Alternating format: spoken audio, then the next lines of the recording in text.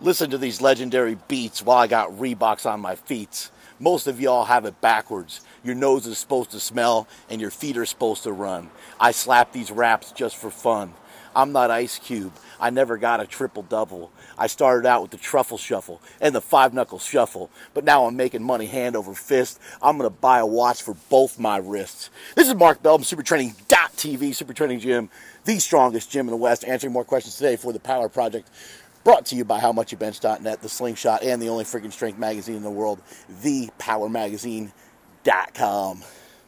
Speaking of ThePowerMagazine.com, yours truly is on the cover. I finally made it on the cover of my own magazine. Anyway, we have a question to get to about the squat. There's a certain type of strength you need in your lower back for a squat. There's a certain type of strength you need in your lower back to be able to deadlift. And this guy, Steve Millard, I believe his name is. Can't quite remember his name. He's off the Twitters. Millard is his last name. And he said he's got about a 400-pound squat and a 605 deadlift. Son of a bitch. Sucks to be him, doesn't it? That's a nice deadlift, especially weighing 195 pounds. But holy crap, we got to fix that squat. Still a double bodyweight squat, by the way. So, I don't feel too sorry for you. But here's what we got to talk about today. We got to talk about practice. Come on, man. We talking about practice. I'm supposed to be the franchise player, and we in here, and we talking about practice. I know I'm supposed to lead. I know I'm supposed to lead by example. I don't want to brush that off. I don't want to brush that off to the side and pretend it doesn't mean anything, pretend it doesn't matter. I know it means something. I know it's important. I really do. But we in here, and we talking about practice. Practice, man. We talking about practice. Not the game. Not the game that I love. We talking about practice. Who is that said by?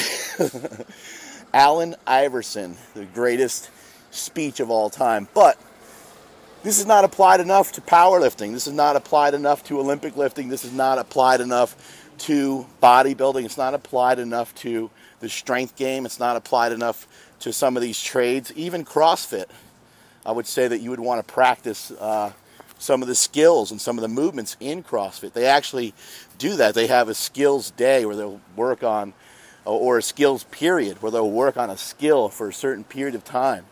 And I know in the strength community, not everyone's a big fan of CrossFit sometimes. However, that is a good take-home message to slow things down every once in a while and to really work on refining your skill. And you're talking about strength. Strength is definitely a skill, and it's a skill to be able to produce a one rep max. Is a real skill to be able to hit those big singles. Some of you may not realize what a skill it really is, but it's something that needs to be practiced. And some of us have just learned over the years by doing sets of 10 and sets of 8 and sets of 6 and building this foundation through bodybuilding type of stuff.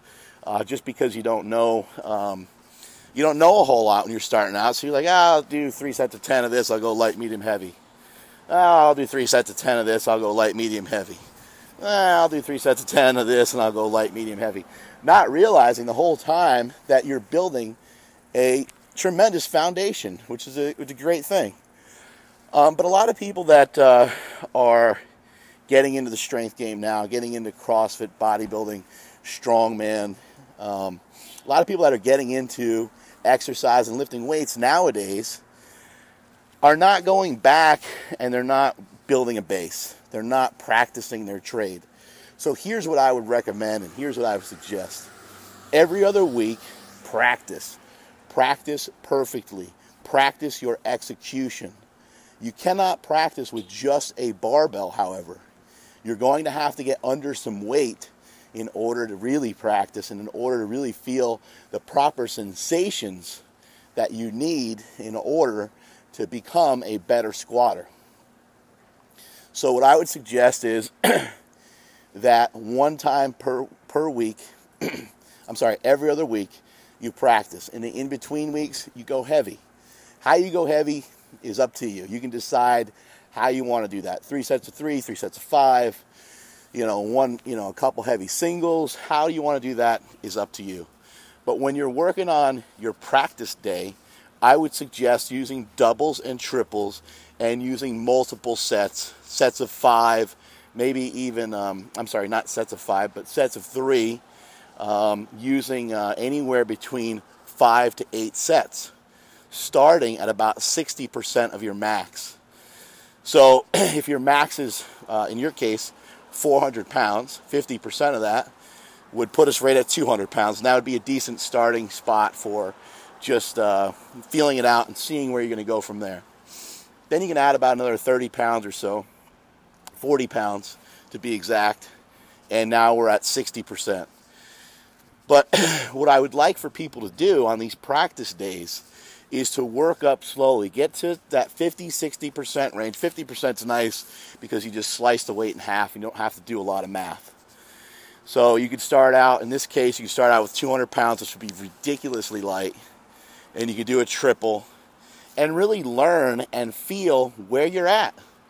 Feel what you're doing. Really try to learn what you're doing. Get someone to film it. Film it from the side. Film it from the front. Film it from the back. Film it from wherever you can in order to see what you need to see and work in different patterns and different stances to feel what you need to feel.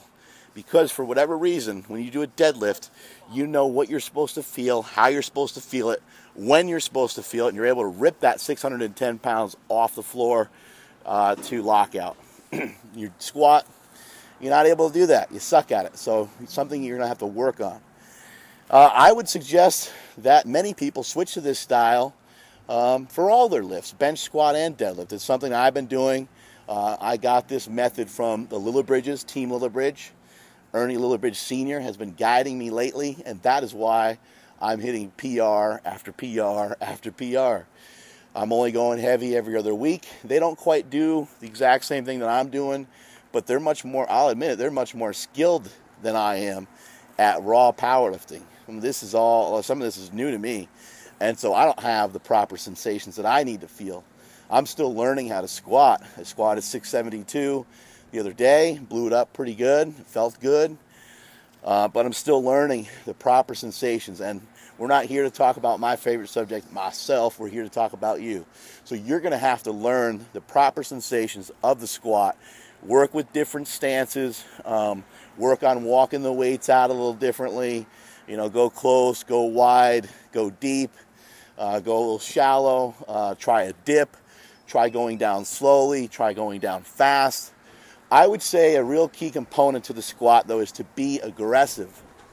You want to be aggressive from the top of that lift. Now, being aggressive does not necessarily mean that you're moving fast.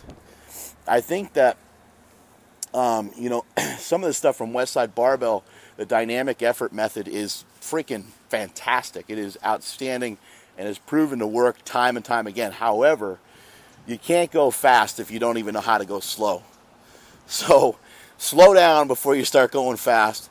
Learn how to do the movement properly, and then you can worry about explosive strength at some other point. If you listened recently to an interview with Andrei Milanichev, he said he squatted 1,014, by the way. Andrei Milanichev, 1,014 raw squat, biggest squat of all time in the history of histories, the history of powerlifting. But he said that he doesn't really work on being explosive. He doesn't even think about it. He thinks his squats are slow. Move pretty damn fast to me. But he's more focused in on getting himself tight and getting everything right and feeling it just the right way. That's what he's into, and that's what is really working for him. And if you look at that 1,014 squat, it looks like he could have squatted 1,040. And the guy hits every lift kind of effortlessly. But that's something that I think a lot of us need to work on. I'm included in that. The rest of the Power Project Army, I can rest assured that you're included in that as well. Practice perfectly, and don't allow yourself any slack. Again, as a final suggestion, 5 to 8 sets of 2 to 3 repetitions. Start at about 50% just because it's easy to slice the weight in half, but you really need more like 60 to 70% range. You can work up about 10 to 20 pounds per set depending on your strength level. If you're lifting in the 300-pound range, you want to only go up about 10 pounds per set. If you're lifting more in the 400 to 500-pound range, you can go up about 20 pounds. But remember, last but not least, There is nothing wrong with doing things the right way. You're not going to go to jail. You're not going to get fired from your job. You can do things the right way. Learn your trade. Learn how to lift. Learn how to squat. Multiply your muscle and multiply your hustle. And that is it from supertraining.tv.